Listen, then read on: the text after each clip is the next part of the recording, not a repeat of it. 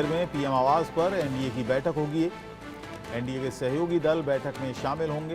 बैठक में नीतीश और चंद्रबाबू नायडू भी रहेंगे मौजूद। बिहार के पूर्व सीएम जीतन राम मांझी भी होंगे शामिल।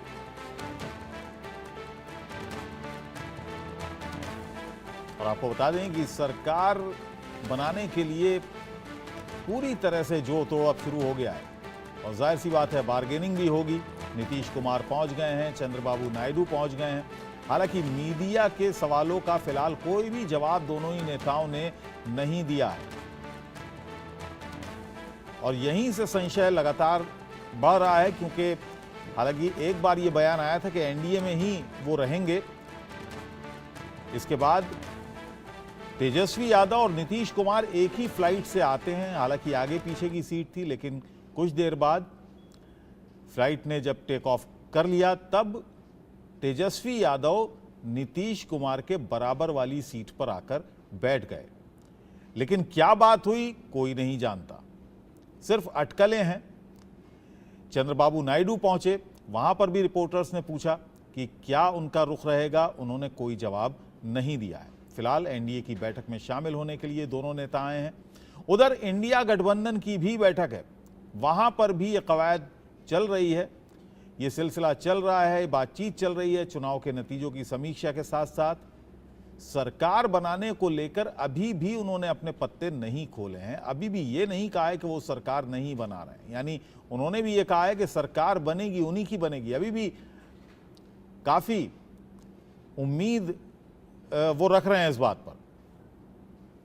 और महिमा कटारिया मेरी सहयोगी इस वक्त मेरे साथ जुड़ गई हैं। महिमा, क्या हलचल है एनडीए की बैठक को लेकर?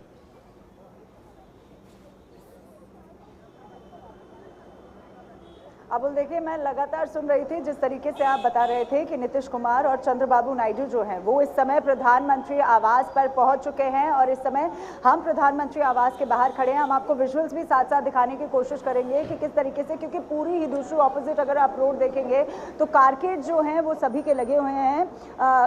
गृह मंत्री अमित शाह यहाँ पर पहुंच गए हैं, बीजेपी अध्यक्ष जेपी नड्डा यहाँ पर पहुंच गए हैं, नीतीश कुमार यहाँ पर है, चंद्रबाबू नायडू यहाँ पर पहुंचे हुए हैं। तो जिस तरीके से आपने भी कहा था कि सरकार बनाने के लिए गठजोड़ जो है वो शुरू हो गया है, यानी किस तरीके से अब किसकी क्या डिमांड रहेगी, क्योंकि ये कहना गलत नहीं होगा कि मैजिकल नंबर्स जो है वो इस समय भारतीय जनता पार्टी के पास नहीं है। 240 पर अटकी है। 272 का जो आंकड़ा है वो पूरा करना बहुत जरूरी है, जिसके लिए सबसे ज्यादा अहम रोल प्ले करती है टीडीपी और नीतीश कुमार, क्योंकि मैजिकल नंबर्स जो होंगे वो किस तरीके से पूरे होंगे। हालांकि चिराग पासवान को भी यहाँ आना था, एकनाथ शिंदे जो हैं वो भी ऑलरेडी यहाँ पर प्रधानमंत्री आवास पर पहुंच चुके हैं। लेकिन अब क्या कुछ डिमांड रहेंगी, अगर सूत्रों की माने तो कई ऐसी बातें आ रही हैं सामने कि क्योंकि नीतीश कुमार की हमेशा से बिहार को लेकर स्पेशल स्टेटस की डिमांड रही थी, तो क्या वो उठ के आएगी या नहीं, क्योंकि टीडीपी हमने देखा था कि किस तरीके से 2019 में अलग होती है।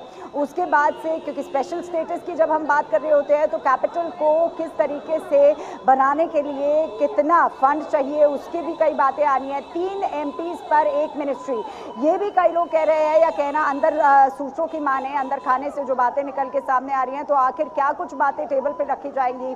अब क्योंकि आखिर आज पूरा दिन अहम क्यों था, क्योंकि प्रधानमंत्री नरेंद्र मोदी ने द्रौपदी मुर्मू यानी राष्ट्रपति से मुलाकात की थी, उसके बाद अपना रेजिग्नेशन जो है वो उनको सौंपा था और उसके बाद वो जगदीप धनखड़ से भी मिलने गए थे, यानी वाइस प्रेसिडेंट से भी मिलने गए थे।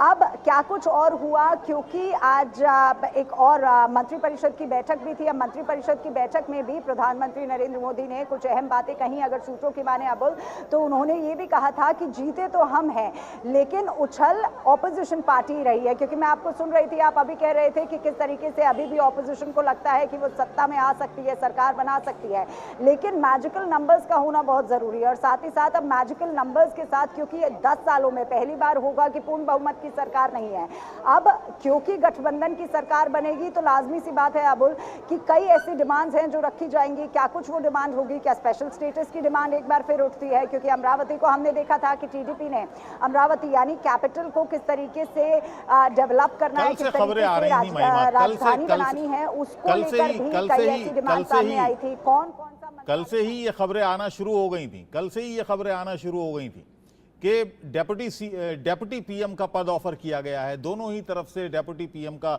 पद ऑफर किया गया है नीतीश कुमार को, इनमें कितनी सच्चाई है?